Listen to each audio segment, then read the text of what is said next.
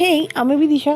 চলো আজকে তোমাদের সাথে মোমো রেসিপি শেয়ার করবো। হ্যাঁ, শেপের দিকে যাবে না, বাট খেতে কেমন হয় অবশ্যই বাড়িতে তৈরি করলে তোমরা বুঝতে পারবে।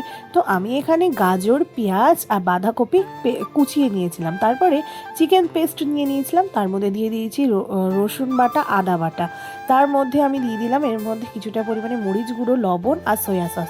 তারপর এটাকে ভালো করে মেখে নিতে হবে। দেন আমার একটা মেশিন আছে, তার মধ্যে করে এভাবে করি, কারণ আমার দ্বারা না মোমোর শেপটা হয় না, কেন জানি না। তো এতে খুবই ভালো হয়, কিন্তু আগের দিন জানি না কেমন একটা হয়ে যাচ্ছিল।